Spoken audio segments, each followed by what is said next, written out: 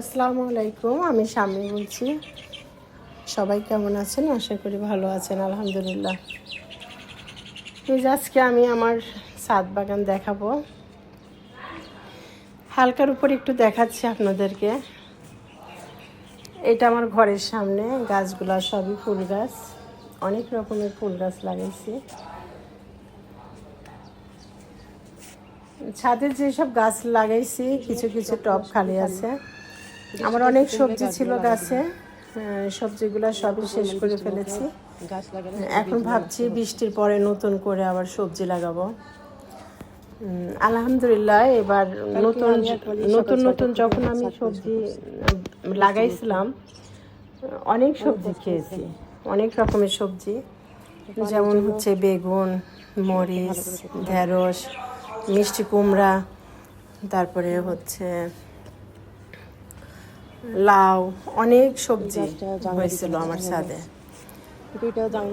এইগুলা শেষ করে পুরা বাগান পরিষ্কার করে ফেলেছি, ফেলে আবার নতুন করে কিছু টব আমি রাখছি, মাটি টাটি সব কিছু ঠিক করে রাখছি। ইনশাল্লাহ বৃষ্টিটা একটু কমলে আবার আমি ছাদ সব ঠিক করে ফেলবো, মানে গাছটা সব কিছু লাগাই ফেলবো। তা আমার ছাদ বাগানটা কেমন হয়েছে আপনারা সবাই আমার পাশে থাকবেন, আমাকে সাপোর্ট করবেন বেশি বেশি করে, আর বিশেষ করে আমার ফ্যামিলির জন্য, আমার জন্য দোয়া করবেন। আমিও আপনাদের সবার জন্য দোয়া করবো ইনশাল্লাহ।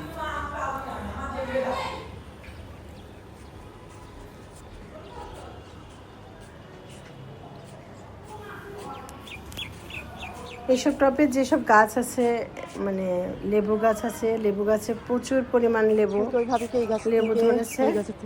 আমার 4টা লেবু গাছ আছে, 4টা গাছে মাশাআল্লাহ অনেক লেবু ফুল আসছে। তারপরে পেয়ারা, নতুন করে পেয়ারা গাছ ছেটে দিয়েছি, অনেক কিছুই গাছ ডালগুলা কেটে দিয়েছি। ইনশাল্লাহ আবার ভালো হবে, এই জন্য এভাবে আস্তে আস্তে, একবারে তো সব কিছু হয় না, আস্তে আস্তে ইনশাল্লাহ বাগান ফুল করব। একা মানুষ, এখন আমার সাপোর্ট দেওয়ার মতো কেউ নাই।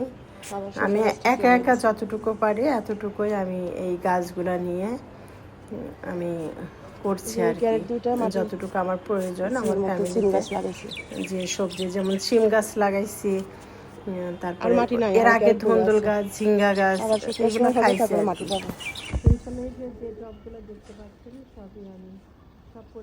এই যে বৃষ্টির জন্য আমার ছাদটা একটু পরিষ্কারও করতে পারি।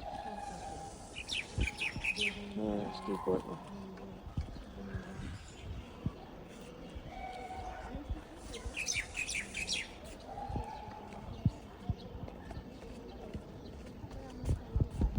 দেখবেন কেমন লাগে আমার ছাদ বাগানটা।